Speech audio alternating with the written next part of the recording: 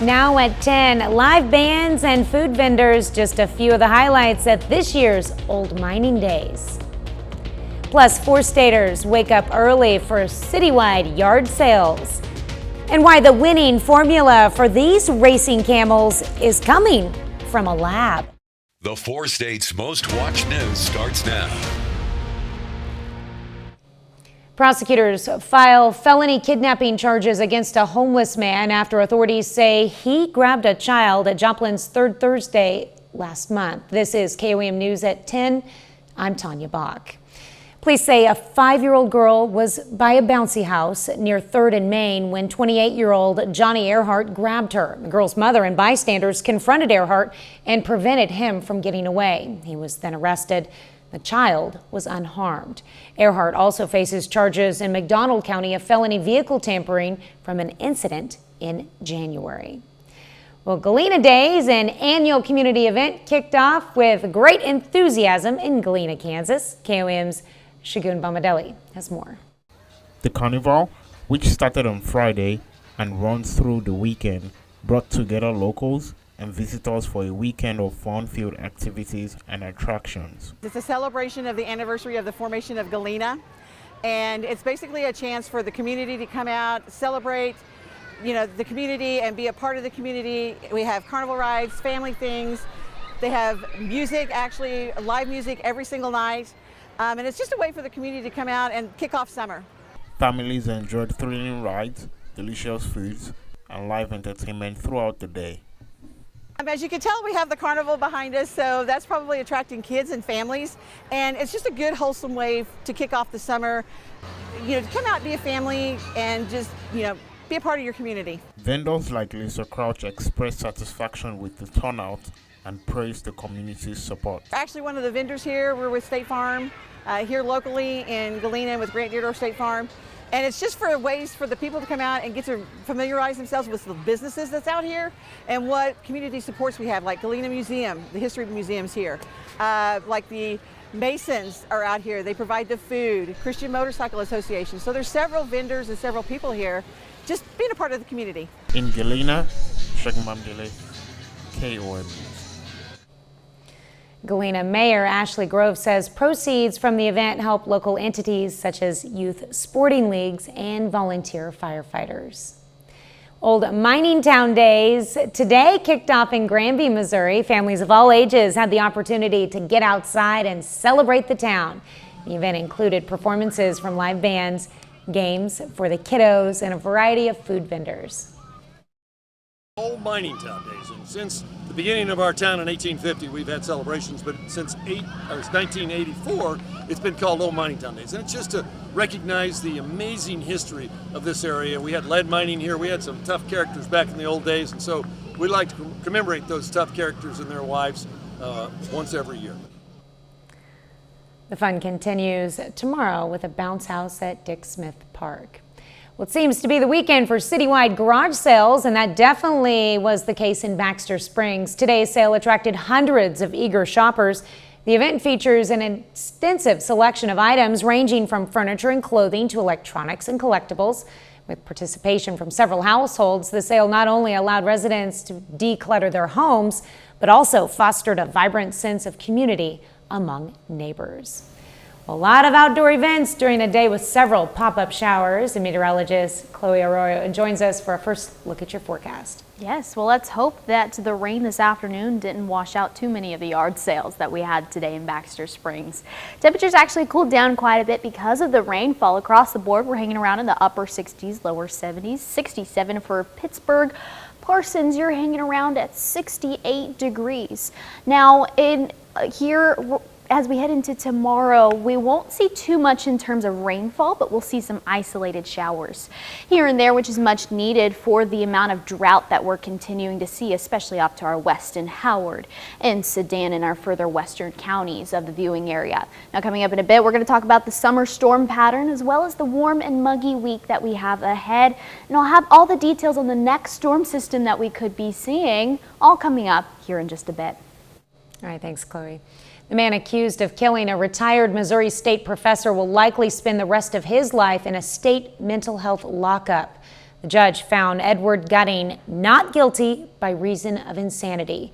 Francis Watson has the details. It's been 7 really long years. Nancy Cooper recalling the night former Missouri State University instructor Edward Gutting forced his way into her home. Prosecutors say he was in a drunken rage when he stabbed retired Missouri State University professor Mark Cooper more than 40 times. Defense attorneys argued that the diagnosed schizophrenic was having a psychotic episode. Cooper's family now left behind to pick up the pieces after Gutting was found not guilty by reason of insanity for the brutal attack that also left Mrs. Cooper hurt. I think it would probably anger him that it didn't go the way that we think it should have. Nancy says she has no doubts that Gutting had bad intentions. I think he knew what he was doing that night, and it's very disheartening, but at the same time, I'm just glad it's over. And says she's still trying to cope all these years later. For a long time, I was disappointed every morning when I'd wake up. And I haven't had that feeling for a while now. But it's, besides going through that night, it's this process that was stretched out so long. Gutting will remain in the state's Department of Mental Health, locked up, but not completely off the hook. There's the possibility he could be released. I mean, that would be the difference. He seemed to be pretty high-functioning schizophrenic before all of this, and I don't doubt that he can get to that state again, which means he'll be out. The Cooper family now focusing on living the life Mark would want them to. Mark was a wonderful teacher. He was a wonderful person. He was somebody who focused on life, and I think he would want us to be able to move on. Well, coming up, President Biden signs the bipartisan debt deal to avoid default, what some GOP contenders are saying. Plus, scientists in India are using clones to create champion camels. President Biden signs the debt ceiling deal, averting a default that could have been catastrophic for the economy. It comes as the presidential race heats up. After speaking to the nation Friday, on Saturday, today, President Biden signed a bipartisan deal brokered with House Speaker Kevin McCarthy to raise the nation's debt ceiling and avoid defaulting. Now, the deal averts what economists say would have surely been an economic collapse just 2 days before that June 5th deadline. The deal, harshly criticized by some in both the right and left, has been a hot topic for GOP hopefuls out on the campaign trail, like Florida Governor Ron DeSantis. The nation was careening towards bankruptcy prior to that debt deal, and the nation is still careening towards bankruptcy after that debt deal. On Saturday, former Vice President Mike Pence rode alongside 250 motorcyclists in Des Moines as part of the Iowa's annual Roast and Ride event hosted by GOP Senator Joni Ernst. Now, Pence is expected to launch his presidential bid next week. Nearly the entire field of GOP contenders was at the Iowa event, including DeSantis. Former President Trump made stops in Iowa on Thursday. While the debt ceiling deal may have averted a crisis, some analysts say our economy remains overheated. A new jobs report shows the U.S. added some 339,000 jobs last month, nearly double of what was expected. But the unemployment rate also rose to 3.7%, up from a 5-decade low in April. Well, a surefire way to win is something everyone wants, and scientists in the Middle East are going to great lengths to produce winning camels. As CBS's Ian Lee reports, they're doing it through cloning. The need for speed doesn't just start at the gate. In the Gulf region, where camels can win big bucks in competition, a winning formula may come from a lab in Dubai, where scientists are cloning champions. These babies, they are the cloned babies. They are copies of the elite animals. Dr. Nisar Wani sees business booming after pulling off the world's first camel cloning in 2009. His lab now copies dozens every year, whether they're ahead of the pack on the track or in a beauty contest.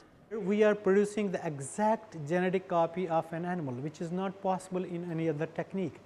Scientists first removed the DNA from a camel egg, So we collect these eggs from the slaughtered camels. then replace it with the frozen body cell from another camel, like one valued for their speed or beauty. This is like a storage. We can keep it as many years as we want, 10, 20, 50. The egg then develops into an embryo without the need for sperm, a method that doesn't always cross the finish line. From 100 embryos we transfer, we can get 5 to 10 pregnancies and sometimes maybe 3 to 6 babies. But when it works, the prized camels can rake in tens of millions of dollars for their owners. Ian Lee, CBS News. And while cloned camels are welcome, owners have been disqualified at camel beauty pageants for injecting camels with Botox and inflating body parts by using rubber bands to make them more attractive. Well, back here in the 4 states, the Miami Elk Lodge hosted Jerky Turkey Olympics event to benefit the Miami Animal Society. Teams of 4 competed on tricycles and wheelchairs and a few other fun events for prizes and bragging rights. Prizes went to the top 3 team finishers: best name, best outfit, team that sells the most spectator tickets, and the team that donated the most pet supplies. All these supplies, I've never seen this huge of an amount of supplies that are coming in. The donations help to spay and neuter animals for people that need help with spay and neuter. It helps with injured animals. It helps with vet costs. Spectators were invited to attend for $5, lunch included. It was all about bugs this morning at the Wildcat Glades Education Cottage in Joplin. Instructors taught participants how to collect and display their own insects. Attendees were even given their own small insect display kit to practice their newly acquired skills. Want to live on Squirtle Road or Pikachu Avenue? How a new housing development in Nevada is out to catch 'em all. Sunday brunch outside, Sunday brunch inside. I'll have the answer for that coming up next. Stick around.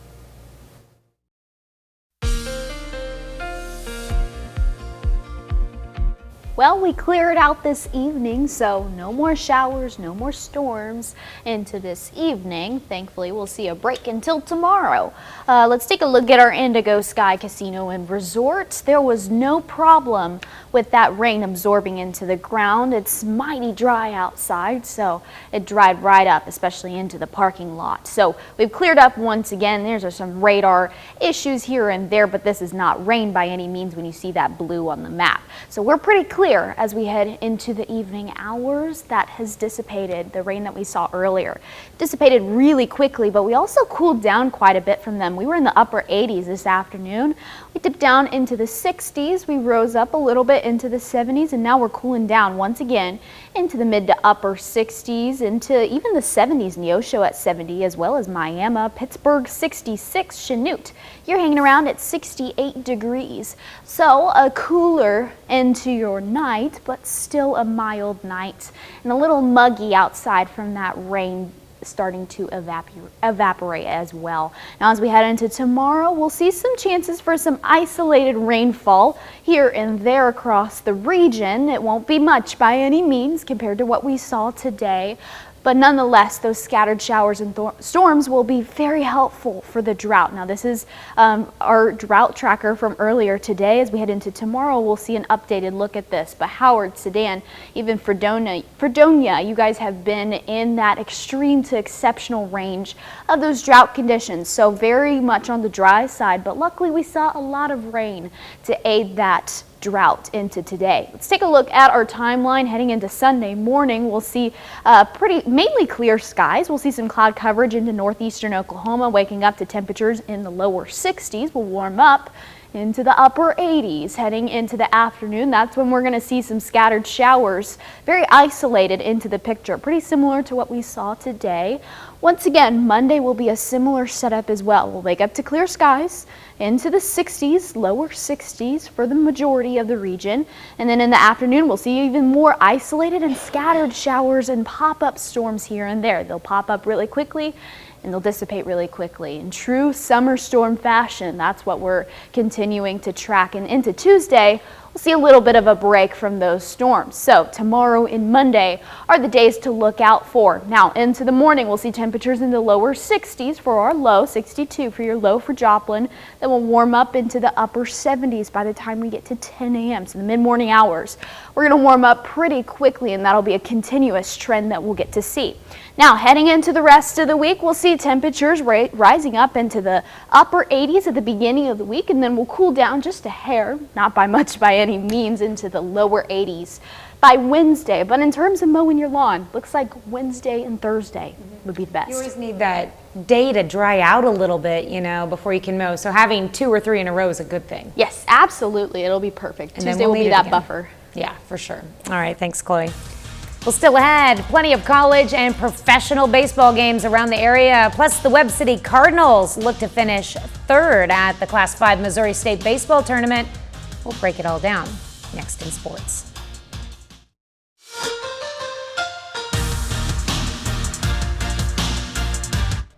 The Webb City Cardinals made it to the state semifinals for the first time since 2010.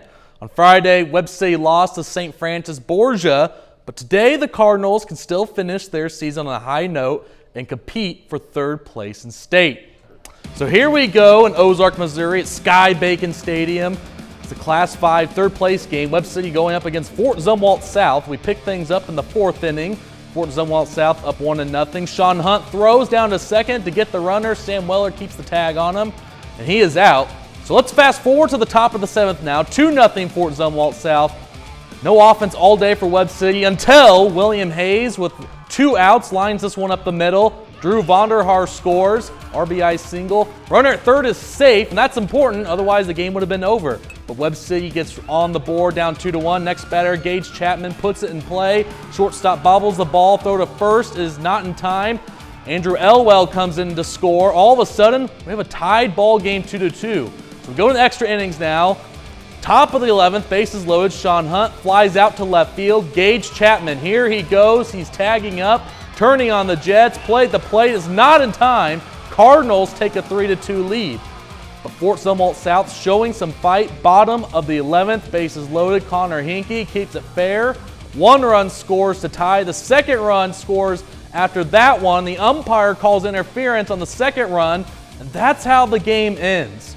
Fort Zumwalt South walks it off, and they beat Webb City 4-3. However, the Cardinals finished in 4th place in state. The Kansas City Royals and the St. Louis Cardinals are both in action this afternoon. The Royals are home against the Rockies. The Cardinals hit the road in Pittsburgh. Cardinals at Pirates in Pittsburgh, PA, not KS. Top of the 2nd, no score. Wilson Contreras clear the deck. Cannonball coming. Cards go up 1-0 after the Contreras solo bomb. Bottom of the 5th now, same score. Brian Hayes. He has the height, but does he have the distance? You bet. Barely. Pirates tied the game up 1-1. So top of the 8th now, St. Louis down 4-1. Nolan Gorman, my goodness. Allegheny River, look out. 2-run homer. Cardinals down 4-3. They're getting closer to a comeback. Top of the 9th now, last chance for St. Louis. Brennan Donovan doesn't quite have the distance there. That'll do it. Pirates defeat the Cardinals 4-3, and Pittsburgh wins the series. In Kansas City, Royals hosting the Rockies. Top of the 1st, Colorado's Ryan McMahon has been on an absolute tear of late. RBI single right there puts the Rockies up 1-0. Colorado scores 5 in the 1st inning, so bottom of the 1st now. Nick Prado unloads on that one. Leadoff solo home run, and that's headed to Souvenir City. Royals down 5-1. Charlie Blackman at the plate now, top of the 6th, lines this through the right side. RBI single puts the Rockies up 6-2. Rockies go on to beat Kansas City by a final score of 6-4. And it's opening week of the Division I College Baseball Regionals. Plenty of teams around the area look to start the postseason and finish it in Omaha. Starting off with the Oklahoma Sooners, they're in Charlottesville, Virginia on the brink of elimination, but OU takes care of business. The Sooners beat the Army Black Knights 10-1. They will play the loser in the East Carolina-Virginia game over to Stillwater now, a shocker. Elimination game for Oklahoma State, and they lose to Dallas Baptist 18-4. that loss, Oklahoma State season comes to an end. The Cowboys, the first regional host to be eliminated from postseason contention as the epitome of brutality. Over to the SEC, Arkansas Razorbacks host the TCU Horned Frogs in Fayetteville. The Hogs are only 2 more wins away from advancing to Super Regionals, but this game is postponed tonight due to all the rain in the Fayetteville area. So Hogs and Frogs pick things up tomorrow at 2 p.m. Central. And finally, Women's College World Series. Nothing is slowing down the senior softball team from a dominating performance once today. OU wins it 9-0 over Tennessee in 5 innings. And, go ahead. Well, hopefully the Razorbacks will be able to play tomorrow with this scattered shower chances again. Absolutely. And final sports note, Joplin Outlaws, they got the win tonight, 10-6. Awesome. That's great. Great news. And we'll be right back. Well, a neighborhood in Nevada has street names inspired by Pokemon. Now listen to this. Serenity Place is a community in Henderson, Nevada, and the neighborhood streets are named after different Pokemon characters. That's right. You can live on Jigglypuff Place or Snorlax Lane. Construction manager says she took inspiration from her sons. That's too fun. That's awesome. I used to live in Nevada, so it's like, whoa, what? No way. Wow. What was that character you were telling me about? Piplup. Piplup. Yeah. Piplup Place. I love it. Final weather net. Yeah, just the next couple of days, some isolated showers before we see a break Tuesday, Wednesday, Thursday, and then our next chance for rain next weekend. All right. Joplin Outlaws, they got the night off tomorrow, and they'll be back out Monday against the St. Joseph Mustangs. Sounds good. All right, thanks for joining us for the KOAM News at 10. Have a great night and an even better tomorrow.